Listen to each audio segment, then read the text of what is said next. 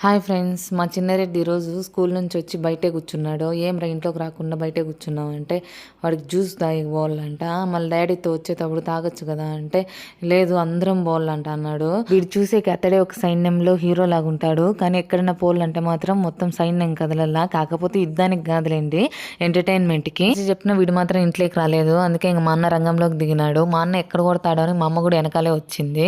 వాడిని ఇంక లోపల తీసుకొని పోయి సాయంత్రం ట్యూషన్ అయిపోయినాక పోదాంలేరా అని చెప్పింది.